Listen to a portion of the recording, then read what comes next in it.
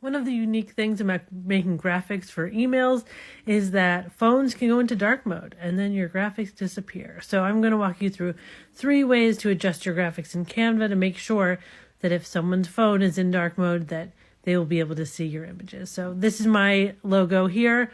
You can see the black text straight up disappears.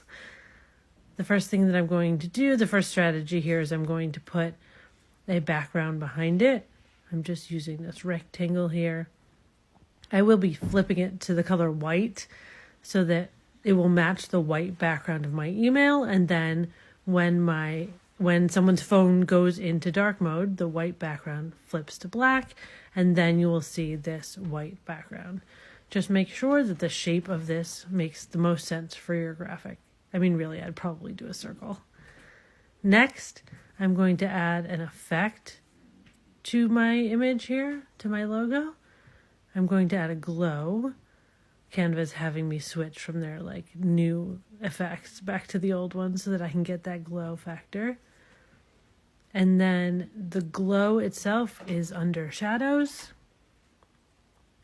And it defaults to being a black glow. So then you need to switch the color.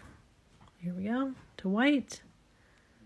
And you can adjust all these little bars for how glowy it is and how transparent it is. Next up is if you have some text, straight up text, maybe you're using a custom font to make some headers or things. Again, it's disappearing in dark mode. Keep in mind that the number of people who'll be viewing your email in dark mode will be limited, so you really want to make it look best in regular mode.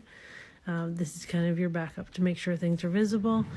I'm putting this background behind the words, and you can choose the transparency and the spread and the roundness.